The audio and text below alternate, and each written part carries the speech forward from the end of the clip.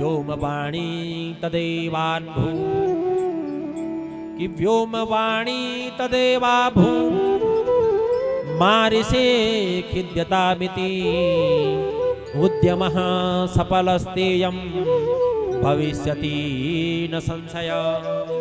तुम बल उद्यम सफल बोल बल तुम्हारो ज्ञान और वैराग्य का अचेतना अवस्था दूर करने में तुम्हारा उद्यम सफल होलू। लेकिन वे का वास्ते तुम क्या करा? सत्कर्म करा। सत्कर्म तुम ते संत महात्मा बताला। नारद जी भक्ति माता ते बोलन कि तुम ज्ञान वैराग्य का साथ एक में रवा। मैं पता करी ओनो सत्कर्म केते बोलन। महाराज वृंदावन बिटी नारद जी उत्तर दिशा की तरफ ओनन और चलदा जल्दी कब पहुंच गया ना? वृंदावन से उत्तर में क्या पड़ता है? बद्रीनाथ। बद्रीनाथ में जा करके और नारद जी की मुलाकात किससे हुई? सनत कुमारों से। और तब सनत कुमारों से नारद जी ये वृतांत सुनोण्या कि तुम ही बता सत्कर्म कहते हैं बोलन। तो तब सनत कुमार बोलन कि हे नारद, जो बल तुम ते आकाशवाणी जय सत्कर्म का बारे में बोली वो सत्कर्म कोई और नहीं, वो सत्कर्म श्रीमद् भागवत की कथा। अरे तुम ज्ञान और वैराग्य कहते हैं भागवत की कथा सुना अवश्य उनको दुख दूर हो कि जो अचेतना अवस्था वो दूर होगी। नारद जी ने संशय भी नारद जी ने बोली हे भाइयों तुम से भागवत सुना भागवत सुनते हैं बिरद तो दूर बोलू।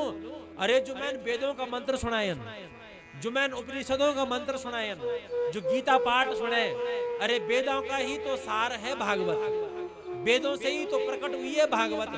तो जब वेदों के मंत्रों से ज्ञान वैराग्य का बिरद तो दूर नहीं हुआ तो भागवत से कैसे दूर होगा? तो तब जब सनत कुमारों महाराज उदाहरण देने। अरे वेद से वृक्ष, ध्यान देवा, वेद के छन वृक्ष और भागवत के छ फल। अर्जन आम को वृक्ष मोद ना, आम को वृक्ष यदि आपन आम को वास्तविक जूस रस मोद, आम को रस मोदू वो रस आपन वे रस की अनुभूति लेण वो रस लेण वो। अब वे आम का रस लेने का वास्ता आप यदि आम को पत्ता तोड़े या कोई टहनी तोड़े, आप सोचे आम है तो छीव भी। अब आम का पत्ता तोड़ी थे, टहनी तोड़ी थे, जड़ा तोड़ी वे चबाउन लग जाए तो आम को वास्तविक रस आपते प्राप्त होलो नीना मोने। आम का वास्तविक रस की अनुभूति का वास्ता आपने आम को पक्यों फल खान पड़ लो तब पता चलो कि आम को रस कनु। ठीक वही प्रकार से वेद छन वृक्ष और भागवत छ वेद रूपी वृक्ष पक्यों फल। ये वास्ते तुम वृक्ष तय छोड़ दिया फल तय खा। अरे जिस प्रकार से दूध से घी बनता है ना, दूध से क्या बन दो घी। अब अभी हम महाराज पूड़ी बनोण, अब हम दूध गरम करते हैं वे में पूड़ी बनोण चौला तो बन सकते नहीं बन सकते। वे ते वे दूध ते जमाते दही बनाए, दही को मंथन करी महाराज तो वे को क्या बनी मक्खन, और मक्खन ते फिर हम गरम करी वे को घी।